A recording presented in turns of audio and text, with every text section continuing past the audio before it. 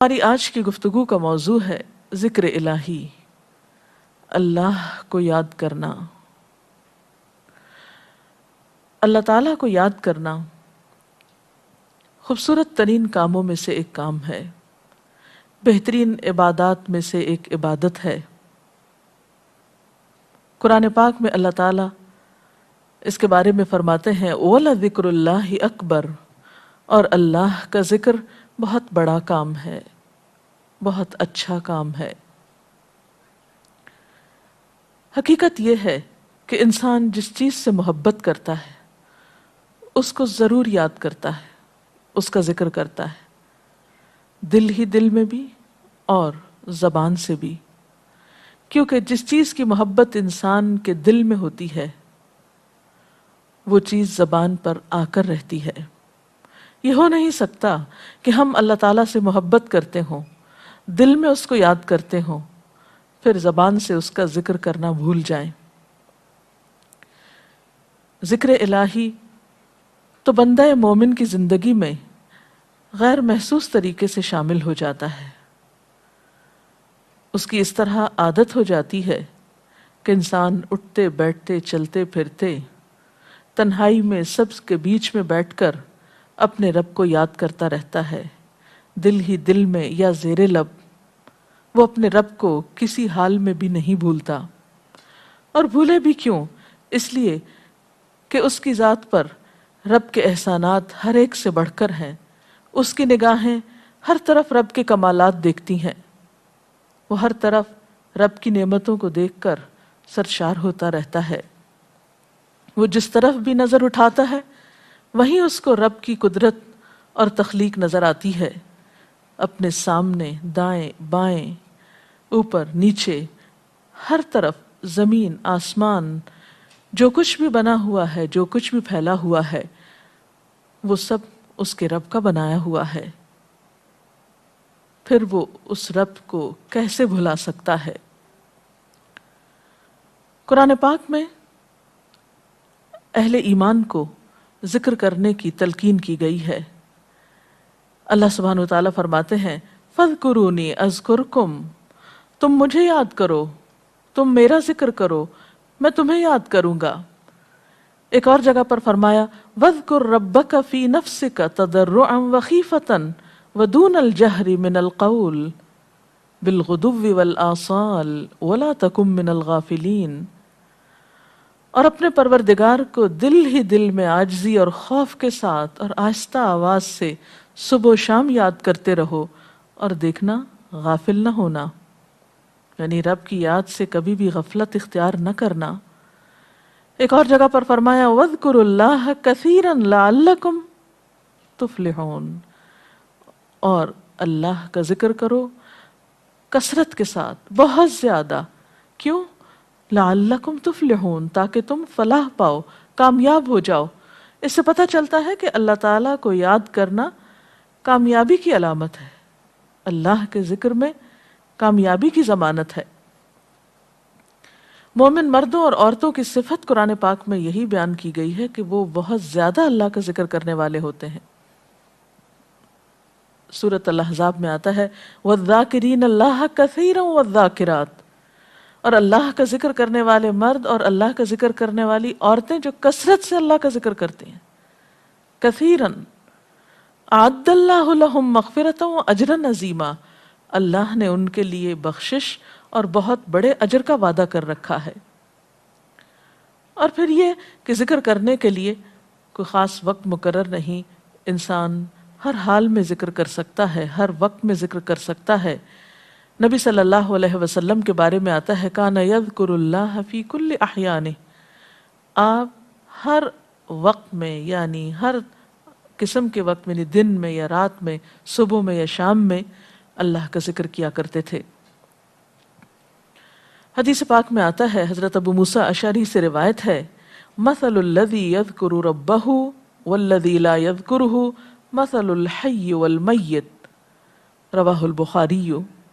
آپ صلی اللہ علیہ وسلم نے فرمایا اس شخص کی مثال جو اپنے رب کا ذکر کرتا ہے زندہ انسان کی طرح ہے، اور اس کی مثال جو اپنے رب کا ذکر نہیں کرتا مردہ شخص کی طرح ہے۔ گویا ذکر کرنے والا اور نہ کرنے والا ان دونوں کے درمیان اتنا ہی فرق ہے جتنا ایک زندہ اور مردہ انسان میں فرق ہوتا ہے. اور یہ فرق کتنا بڑا ہے. یعنی انسان تو وہی ہوتا ہے، لیکن زندہ انسان میں اور مردہ انسان میں زندگی اور موت کا فرق ہے. بالکل اسی طرح جو شخص اپنے رب کو یاد کرتا ہے، اس کا ذکر کرتا ہے، اس کے اندر ایک زندگی ہے، اس کے اندر ایک خاص خوشی ہوتی، اطمینان ہوتا ہے. اور وہ جو نہیں کرتا اس کا دل مردہ ہوتا ہے، اس کے اندر زندگی کی کوئی امنگ نہیں ہوتی. ایک اور حدیث میں آتا ہے، نبی صلی اللہ علیہ وسلم نے فرمایا، اللہ تعالیٰ فرماتا ہے میں اپنے بندے کے خیال کے مطابق ہوتا ہوں یا خیال کے ساتھ ہوتا ہوں. جو خیال وہ میرے بارے میں رکھتا ہے میں اسی کے مطابق اس کے ساتھ معاملہ کرتا ہوں، اور میں اس کے ساتھ ہوتا ہوں جب وہ مجھے یاد کرتا ہے. گویا ذکر کرنے والے اللہ کی مدد کے مستحق ہوتے ہیں. یعنی اللہ ایسے بندوں کے ساتھ ہوتا ہے جو ذکر کرتے رہتے ہیں. اگر وہ مجھ کو اپنے دل میں یاد کرتا ہے تو میں بھی اس کو اپنے دل میں یاد کرتا ہوں، اور اگر وہ مجھے کسی جماعت میں بیٹھ کے یعنی کسی گروپ میں یعنی پبلک میں بیٹھ کے یاد کرتا ہے تو میں اس کو اس سے بہتر جماعت میں یاد کرتا ہوں، یعنی فرشتوں کی جماعت میں یاد کرتا ہوں. تو گویا فَاذْكُرُونِي أَذْكُرْكُمْ، تم مجھے یاد رکھو میں تمہیں یاد رکھوں گا. تو جو شخص بھی یہ چاہتا ہو کہ اللہ تعالیٰ اس کو یاد رکھے، اس کی مشکل میں اس کی مدد کرے، تو اس کے لیے کیا ضروری ہے کہ پھر وہ ذکر کرتا رہے. اور ذکر تمام عبادات کو خوبصورت بناتا ہے. مثلا روزہ رکھنا ایک عبادت ہے، لیکن جس روزے میں ذکر الہی ہو اس کا اجر و ثواب کئی گنا بڑھ جائے گا. حج ایک عبادت ہے بذات خود، حج کا سفر ایک عبادت ہے، لیکن اس سفر میں انسان اگر ذکر الہی کرتا رہے تو اسی حج کا ثواب کئی گنا بڑھ جائے گا. اور نماز تو سراسر ہے ہی اللہ کی یاد کا نام. اقم الصلاۃ لذکری، نماز قائم کرو میری یاد کے لیے. اللہ کے ذکر کا بہترین طریقہ ہے. ایک اور موقع پر آپ صلی اللہ علیہ وسلم سے جب یہ پوچھا گیا کہ سب سے اچھی نماز کس کی، سب سے اچھا روزہ کس کا، سب سے اچھا حج کس کا، سب سے اچھا مجاہد کون، تو آپ صلی اللہ علیہ وسلم نے ہر بار یہی جواب دیا کہ جو اپنے ان کاموں میں ذکر الہی کثرت کے ساتھ کرے. اور ذکر کرنے والے ہر میدان میں آگے نکل جاتے ہیں. حدیث پاک میں آتا ہے نبی صلی اللہ علیہ وسلم نے فرمایا مفردون سبقت لے گئے. لوگوں نے پوچھا کہ یہ مفردون کون ہیں؟ فرمایا وہ مرد جو کثرت کے ساتھ اللہ کا ذکر کرتے ہیں اور وہ عورتیں جو کثرت کے ساتھ اللہ کو یاد کرتی ہیں. اور یہاں آپ نوٹ کر رہے ہیں خاص طور پر مردوں کے ساتھ ساتھ عورتوں کا ذکر بھی ملتا ہے. حضرت عبداللہ بن بصر فرماتے ہیں کہ ایک شخص نے عرض کیا یا رسول اللہ صلی اللہ علیہ وسلم، بے شک اسلام کے احکام مجھ پر بہت ہیں، یعنی ذمہ داریاں بہت ہیں، کرنے کے کام بہت ہیں. آپ مجھے کوئی ایسی بات بتائیں جسے میں اپنے لیے لازم کر لوں، یعنی میرے لیے آسان ہو اور میں پابندی سے کر سکوں.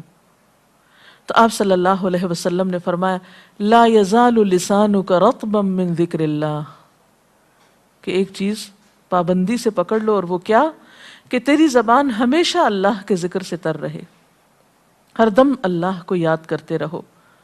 اور یہ ایک حقیقت ہے کہ انسان کوئی بھی کام کر رہا ہو، مثلا خواتین کھانا پکا رہی ہیں، گھر صاف کر رہی ہیں، واک کر رہی ہیں، کوئی بھی کام کر رہی ہیں اس طرح کا، تو اس میں ساتھ ساتھ اللہ کی یاد کرتی رہیں. سبحان اللہ، الحمدللہ، اللہ اکبر، استغفر اللہ، لا الہ الا اللہ، ان اذکار کا ورد کرتے رہیں، تو اس میں کام بھی ہوتا رہے گا اور اس کے ساتھ ساتھ اللہ کی یاد بھی ہوتی رہے گی. خصوصی طور پر دو کلمات ایسے ہیں جن کے بارے میں بہترین اجر کی خوشخبری سنائی گئی. آپ صلی اللہ علیہ وسلم نے فرمایا کلمتان، دو کلمات ایسے ہیں خفیفتان علی اللسان، جو زبان پہ بہت ہلکے ہیں، یعنی پڑھنے میں کچھ مشکل نہیں، ثقیلتان فی المیزان، میزان میں بہت بھاری ہیں، حبیبتان الی الرحمن، رحمان کو بہت محبوب ہیں، اور وہ کیا ہیں؟ سبحان اللہ و بحمدہ، سبحان اللہ العظیم. چلتے پھرتے، اٹھتے بیٹھتے، کام کاج کرتے، تسبیح پڑھتے رہنا، ذکر کرتے رہنا، انسان کے دل کو جہاں اطمینان بخشتا ہے وہاں اس کے کام کو آسان بھی کر دیتا ہے اور اللہ کی مدد بھی ساتھ ہوتی ہے۔ اور قرآن پاک میں ایسے لوگوں کے لیے خوشخبری ہے، الا بذکر اللہ تطمئن القلوب، سنو اللہ کے ذکر سے دلوں کو اطمینان ہوتا ہے۔ اور ویسے بھی میزان میں بہت بھاری نیکی ہے۔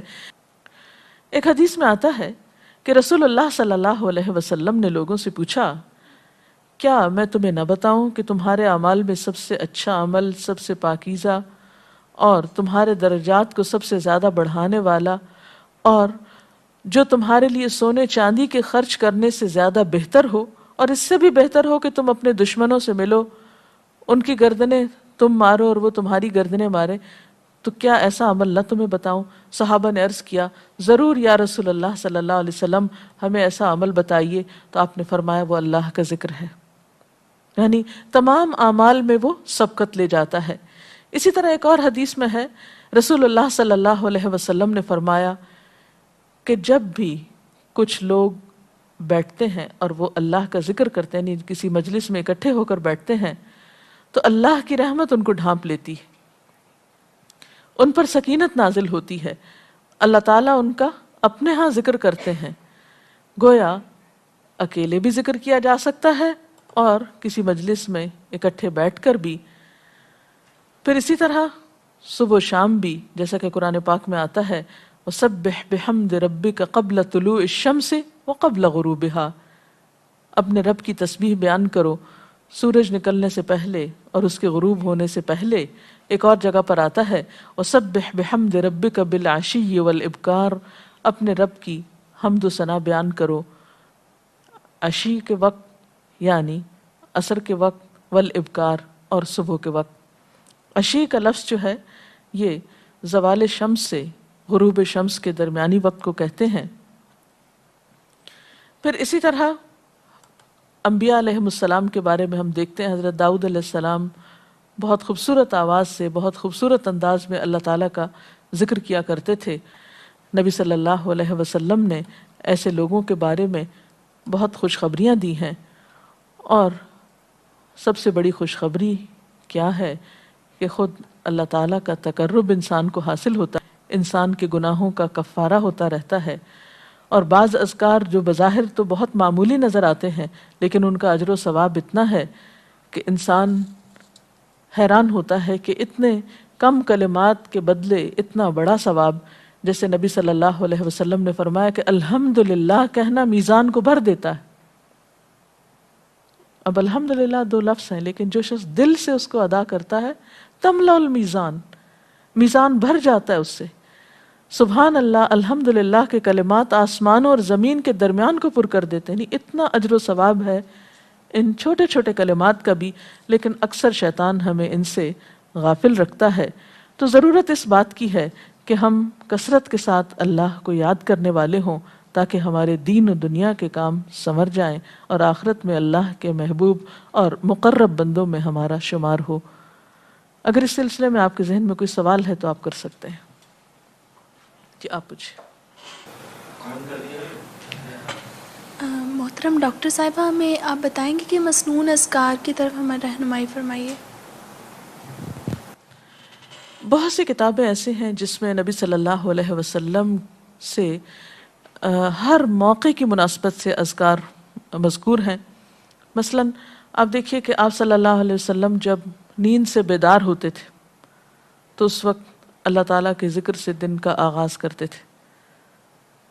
صبح کے وقت الحمدللہ الذی احیانا بعدما اماتنا والیہ النشور۔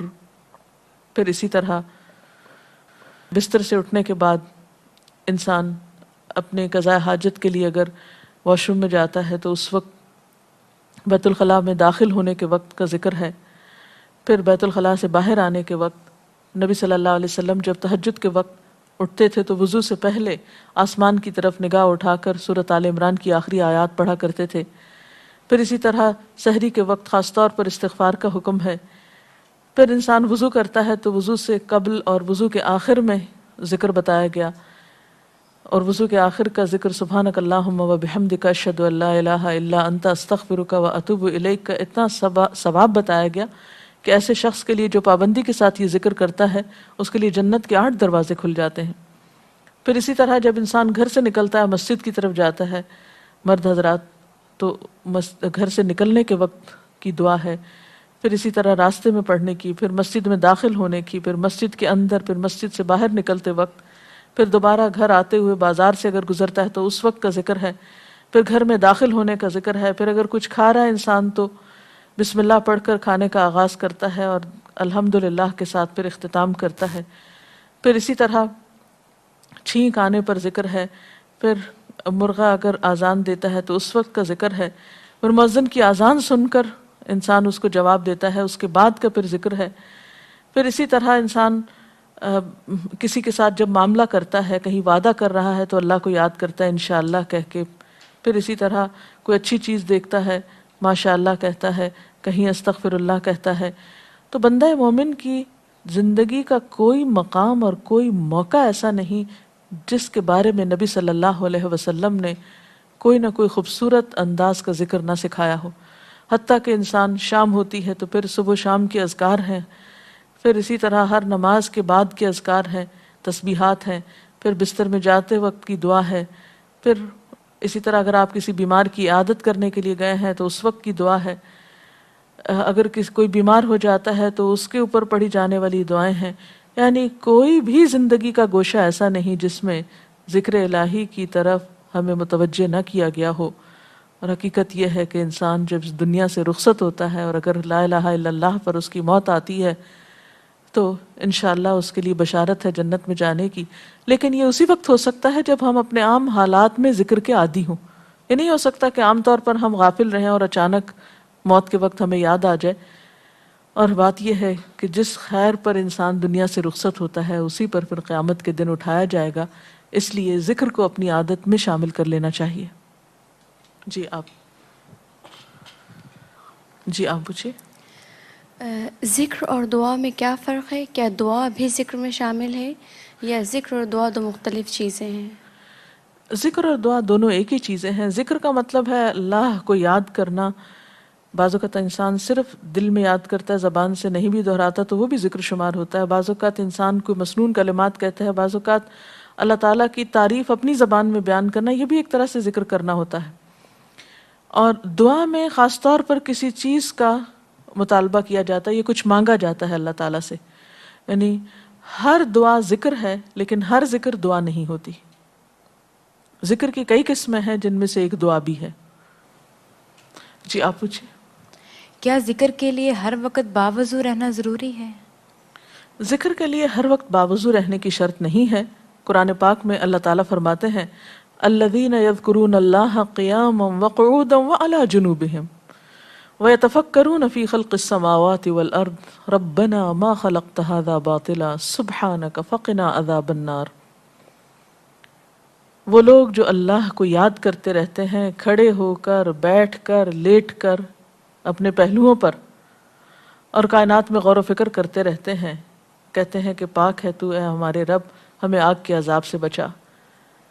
تو اس سے یہ پتہ چلتا ہے کہ انسان بیٹھ کر، چلتے پھرتے اور لیٹ کر بھی اللہ کو یاد کر سکتا ہے۔ اب لیٹنے کی حالت ایسی جس میں سونا بھی شامل ہے، تو سوتے ہوئے اگر انسان ڈر جائے یا کوئی برا خواب ہے تو اس وقت بھی ذکر کرنا، مسنون ذکر موجود ہے۔ یعنی اس وقت بھی نبی صلی اللہ علیہ وسلم نے دعا مانگنے کا طریقہ بتایا کہ اب کیا پڑھو، تاکہ تم اس خواب کے خوف سے، اگر کوئی ناپسندیدہ خواب ہے تو اس سے باہر آ جاؤ۔ تو اب آپ دیکھیں کہ سو کر تو وضو باقی نہیں رہتا، اور اگر اللہ کی یاد کے ساتھ ہر وقت باوضو ہونے کی شرط ہوتی تو پھر تو شاید ہی کوئی ذکر کر سکتا ہر وقت، کیونکہ ایک مشکل کام ہے۔ وضو نماز کے لیے شرط ہے، نماز وضو کے بغیر نہیں ہوتی، لیکن ذکر آپ وضو کے بغیر کر سکتے ہیں، اور اس میں درود شریف بھی شامل ہے، آیت کریمہ بھی شامل ہے۔ ہاں افضل ہے اگر آپ کو توفیق اللہ نے دی کہ آپ وضو کے ساتھ ہیں اور وضو کے ساتھ ذکر کریں، لیکن اگر باوضو نہیں ہے تو ذکر سے آپ کو کوئی چیز روک نہیں سکتی، الا یہ کہ آپ بیت الخلاء میں ہیں، اس وقت ذکر نہیں کرنا چاہیے۔ ادروائز آپ عام روٹین کے نارمل کاموں میں اللہ تعالیٰ کو یاد کر سکتے ہیں، خواہ وضو سے ہوں یا بغیر وضو کے ہوں۔ جی آپ قرآن پاک جو ہم پڑھ رہے ہوتے ہیں تو کیا ضروری ہے کہ ہم بہت پراپرلی بیٹھ کر پڑھیں یا ہم ٹیک لگا کے یا ہم اپنے بستر پہ بھی پڑھ سکتے ہیں؟ افضل تو یہی ہے، پسندیدہ یہی ہے کہ انسان با ادب بیٹھے، لیکن اگر آپ قرآن پاک کا کچھ حصہ زبانی یاد کیے ہوئے ہیں، کچھ صورتیں ایسی آپ کو آتی ہیں اور آپ چلتے پھرتے ان کی دہرائی کرنا چاہتے ہیں تو ایسا بھی کر سکتے ہیں۔ اجتماعی ذکر کی کیا کیا صورتیں ہو سکتی ہیں؟ اجتماعی ذکر میں قرآن پاک کا پڑھنا، پڑھانا، سیکھنا، سکھانا، اس کو یاد کرنا، یہ تمام چیزیں آتی ہیں۔ اس کے ساتھ ہی آج کا پروگرام کا وقت ختم ہوتا ہے، اجازت چاہتے ہیں۔ السلام علیکم ورحمۃ اللہ وبرکاتہ۔